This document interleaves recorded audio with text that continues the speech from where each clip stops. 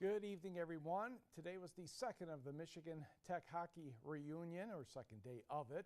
Nearly 30 former players and friends of the program participated in this year's alumni game, which of course was held at the John J. McGinnis Student Ice Arena.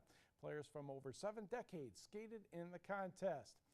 Pre-game festivities, of course, look at the scoreboard. Players split up into their respective teams, and after the introductions were done, it was time for the group photo. Opening moments, Huskies assistant Billy McCult to Damon Witten to Randy McKay for the first goal of the game. And the Stanley Cup winner with the New Jersey Devils was not done yet. Through 11 minutes of the first period, it was 2-0 goal. McKay's shot, knocks over goalie Bob Mihos. He was rewarded with an early hat trick.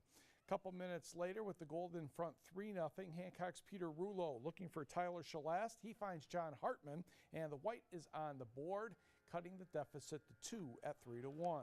Heading into the second and final period, 3 minutes to go, 7-5 goal. Hancock's Mike Hawsworth with the shot to bring the White within 1. But in the end, the Gold team, otherwise known as the team with the Huskies coaching staff, prevailed 7-6 over the White. McKay scored 4 goals in the game and talked about enjoying the contest. Oh, it was fun. I mean, the great part about tonight is just seeing guys you never know from year to year who's going to come back and what guys, and it's just nice reminiscing a little bit and you know, just catching up, because you don't really keep in contact with everyone you've played with or everyone you've known coming to this every year after year. Yeah, I just did what I did my whole career, just went to the net and tapped in rebounds. They weren't pretty, but kind of hard not to put them in when they're 3 inches from the goal line.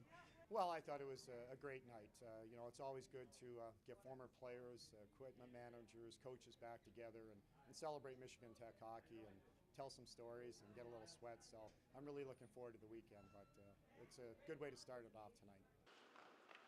Tomorrow's activities for the reunion include a 4-person golf scramble at 1:30, followed by a dinner.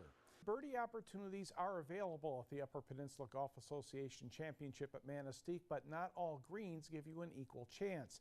You need to find the proper side of the green for that birdie chance, and we will show that to you on hole number 10 at the Indian Lake Golf and Country Club.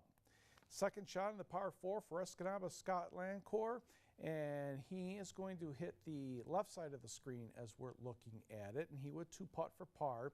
He is in second place right now with a 142. He shot a pair of 71s. Next, Gladstone's Joe Quinn rolls in the par putt. He had a 78 today. Next, tournament co-director Rob Ryan looks like he has the line. Oh, not quite. He had a 76. He's at 151. Menominee Riverside's Tim Drees, a former champion.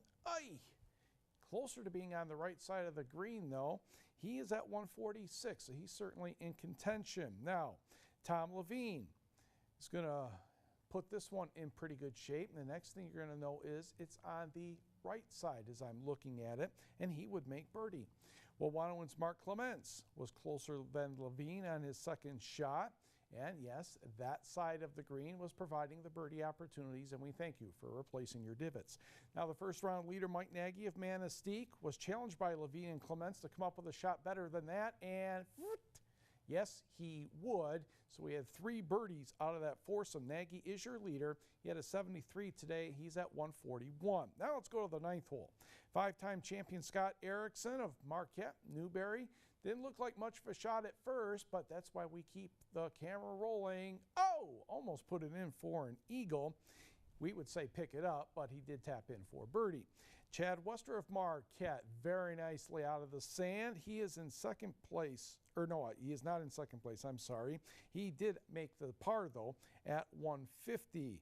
Nagy with a 141 after 2 rounds. Lancourt 1 shot back. Clements at 144.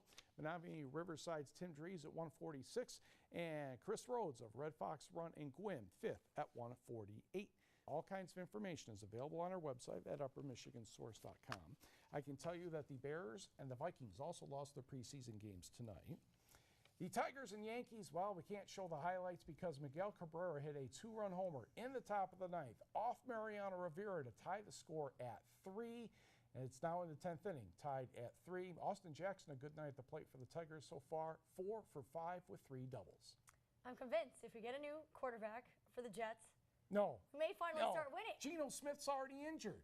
He was injured You tonight. know, we just need to get rid of Mark Sanchez. He either throws to nobody or he throws to the other team. So either way, we're losing. You know, I thought when they had Tim Tebow, things were going to change. You'd be better off running the single wing with the Jets. Yeah, well, you know, you never know. If they got rid of Sanchez, we might have a chance.